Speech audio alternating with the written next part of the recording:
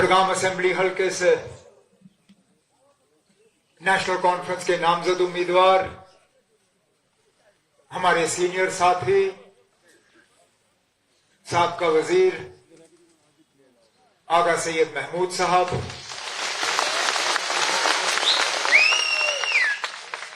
काबिना में मेरे साथी जनाब जावेद डार साहब, जनाब सतीश शर्मा साहब, मेरे एडवाइजर नासिर असलम वानी साहब, हाल ही में इलेक्शन जीतने के बाद हमारे राज्यसभा के मेंबर और सीनियर साथी चौधरी मोहम्मद रमजान साहब, स्टेज पे बैठे तमाम सीनियर ऑनरेबल एमएलए हजरात, मैं नाम नहीं पढ़ लूंगा नहीं तो लगेगा जैसे पूरा वोटर लिस्ट यहां पढ़ा जा रहा है। 15 के आसपास तो एमएलए हजरात यहां स्टेज पे बैठे हैं। नेशनल कॉन्फ्रेंस के अहदेदारान, ज़ुमाए किराम, वर्कर हजरात, यहां पे मौजूद भाइयों, बुजुर्गों, नौजवान साथियों, आप सबको मेरे तरफ से अस्सलाम वालेकुम। वालेकुम अस्सलाम। आजाद साहब को सत श्री अकाल।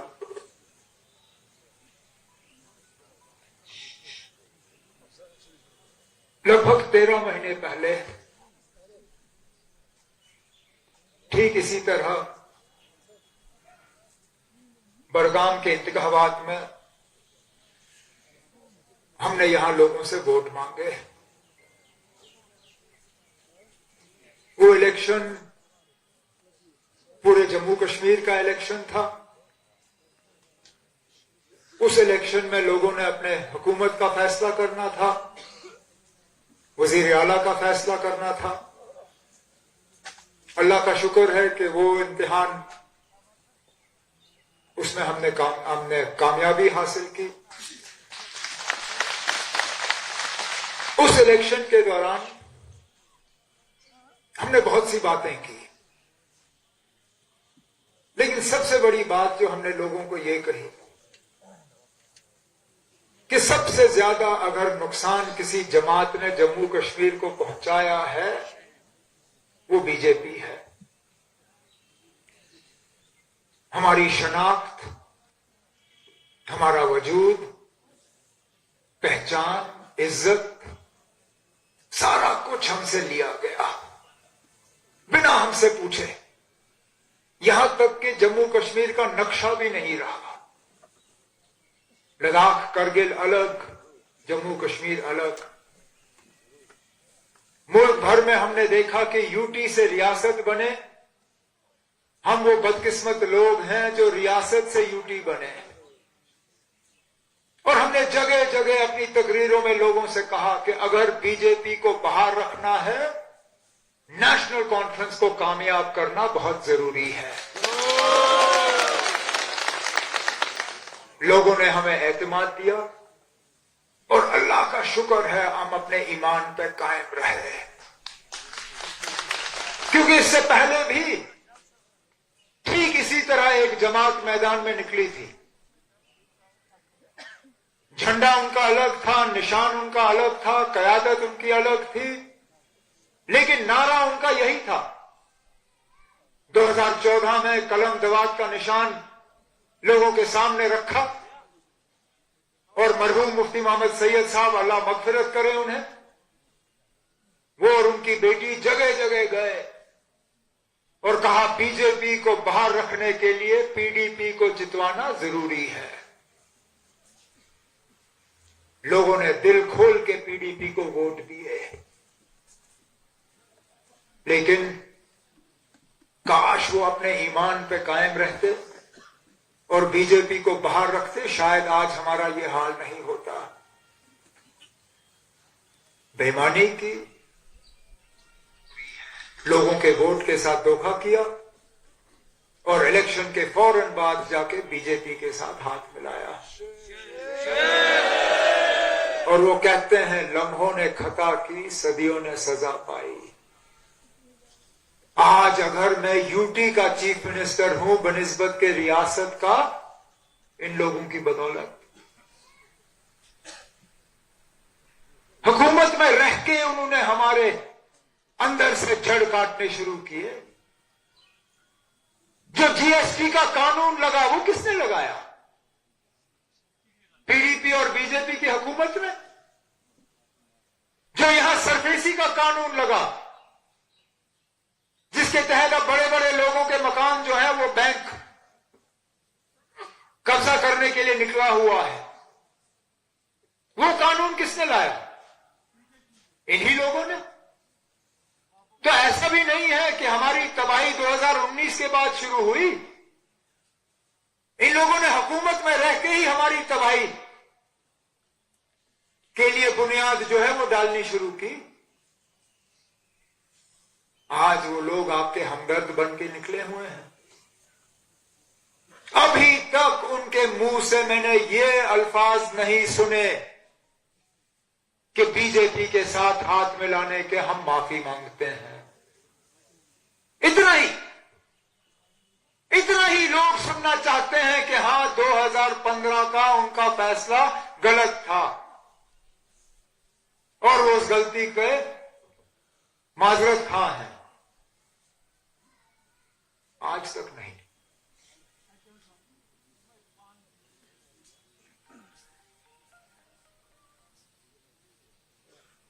हमें इस बात की सजा दी जा रही है कि हमने बीजेपी को हुकूमत में आने नहीं दिया।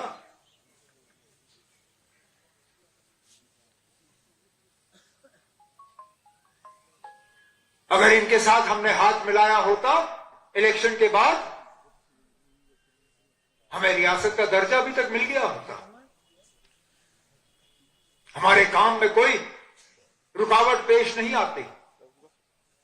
हमारे अफसरों को हमारी इजाजत के बिना तब्दील नहीं किया जाता। लेकिन वो सौदा कम से कम हम लोग करने के लिए तैयार नहीं है, और हम ही लोग हैं जो इनका मुकाबला कर रहे हैं। ये लोग जो आज हमें ताने देते हैं,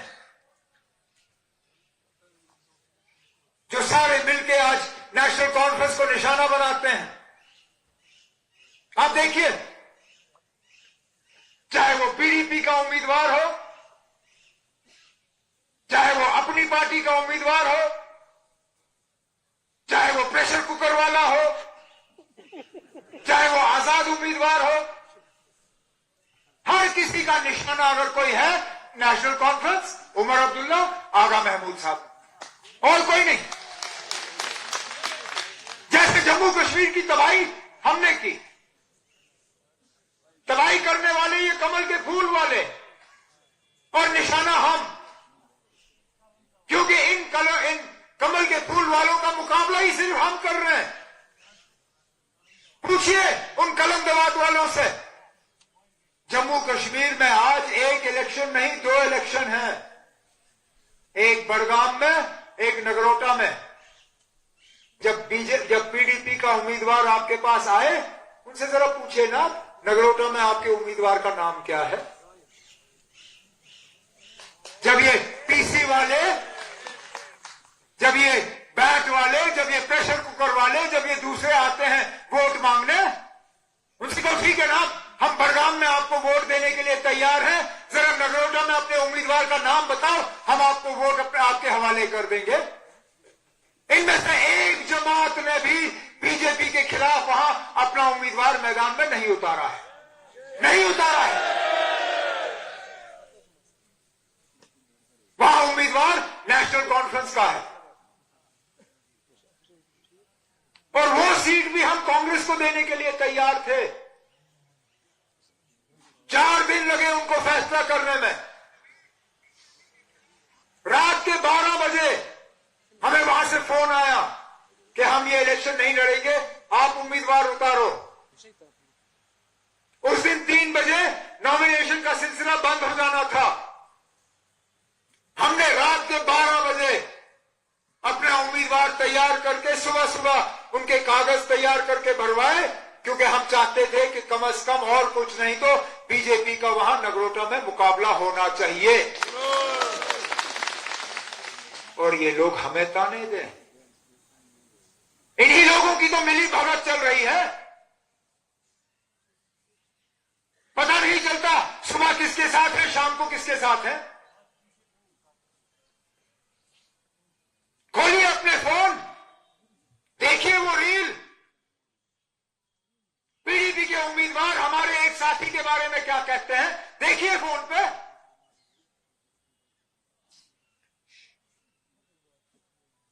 और फिर उम्मीद करते हैं कि अंदर अंदर से कोई खिचड़ी पकेगी।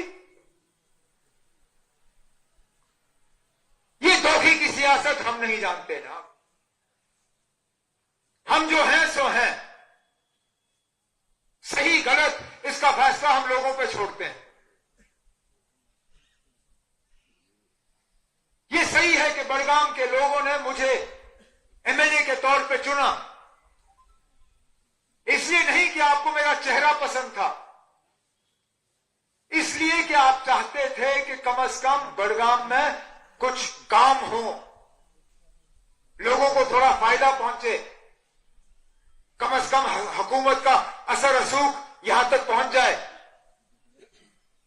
लेकिन यह भी हकीकत है कि कानून ने मुझे इजाजत नहीं दी कि मैं 2 जगहों से एमएलए बन के रहूं। चाहते हुए भी मैं बड़गाम से रह नहीं सका, क्योंकि हकीकत जिस तरह शायद आगा महमूद साहब ने कहा, मैं जानता था कि मेरे पास इतनी फुर्सत होगी नहीं कि मैं पहले बड़गाम की ज्योग्राफिया सीखूं, बड़गाम में अपने वर्करों के नाम सीखूं, हम एक दूसरे को जानना शुरू करें। तब तक तो 2.5-3 साल निकल गए होते। बेशक मैं एमएलए नहीं रहा, लेकिन मैंने तब भी बड़गाम के लोगों की कम से कम इस 1 साल खिदमत की। जितना मैंने पैसा गांदरबल पे लगाया, उतना पैसा मैंने बड़गाम पे लगाया, यह हकीकत है। और मैं जिले की बात नहीं कर रहा हूं, मैं असेंबली हलके की बात कर रहा हूं।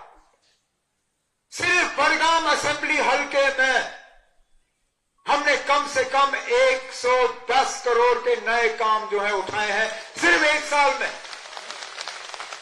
उनमें सड़क, ड्रेनेज, वाटर सप्लाई स्कीम, अस्पताल के लिए सीटी स्कैन, प्लेग्राउंड 5 नए, सोलर लाइटें, बिजली के ट्रांसफार्मर, तारें, जहां जहां आपका मैकडेन। यही मुकाबला आप नगरोटा के साथ करो।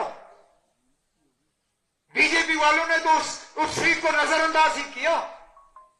1 साल में वजीर आला रहा, एक भी वहां बीजेपी का कोई साथी मेरे पास नगरोटा की बात करने नहीं आया। उनका भी एमएलए नहीं था, किसी ने उनके बारे में पूछा नहीं। आपका एमएलए नहीं था, मैंने अपने तमाम मिनिस्टरों को यहां भेजा, अपने एडवाइजर को भेजा। मैंने कहा जो भी बड़गाम के लोगों को चाहिए उस पर दस्तखत करो और यहां के लोगों के हवाले करो। और आगे भी आप मान के चलो, जहां आगा महमूद साहब इंशाल्लाह आपके वोटों के जरिए जीत के यहां से जाएंगे, जहां आगा महमूद साहब का इशारा होगा वहां पे काम जो है शुरू किए जाएंगे। बड़गाम में तरक्की का एक नया दौर, और पूरे बड़गाम असेंबली हलके में हम नारवल से शुरू करके बिल्कुल ऊपर तक, जो इलाके बीरवा से कट के बड़गाम में आए, जो इलाके खान साहब से कट के बड़गाम के साथ आए, चाहे हुमामा हो, ओमपुरा हो, ज्वालापुरा हो, नसरुल्लापुरा हो,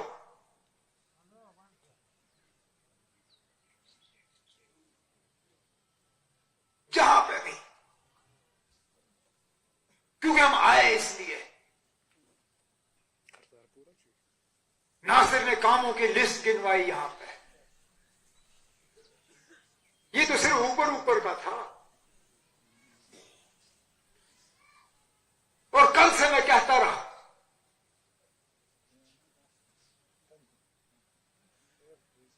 कहीं तो हिज़्ब इख्तिलाफ और हुकूमत में फर्क रहता है, ये हकीकत है। चाहे मेरे कुछ साथी इस हकीकत को पसंद करें ना करें, अगर हिज़्ब इख्तिलाफ और हुकूमत में कोई फर्क नहीं होता, लोग हुकूमत के पीछे क्यों दौड़ते? अगर सारा सिलसिला बराबर ही रहता फिर कोई फर्क ही नहीं पड़ता। लेकिन हकीकत यह है कि हुकूमत में रह के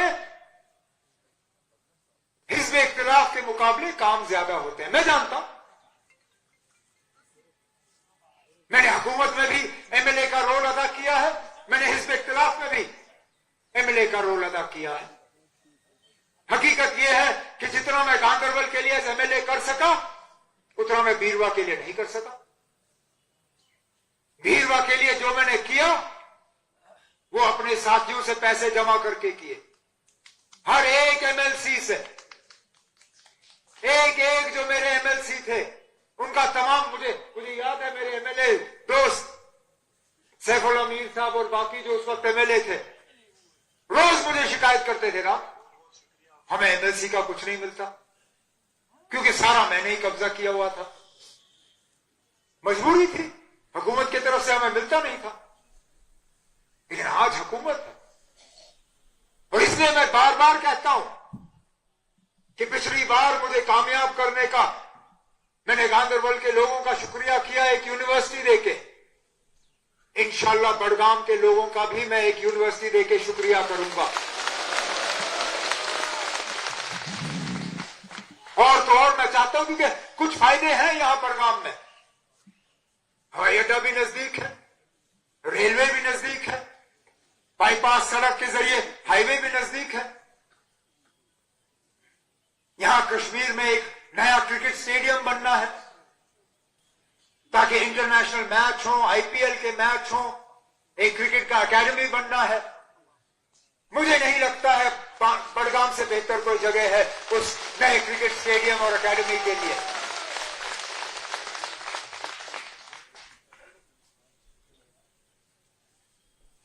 और इंशाल्लाह हम ये चीजें जिस तरह हमने बाकी, मैंने जैसे कहा, बुनियाद डाली, इसी तरह हम करते रहेंगे।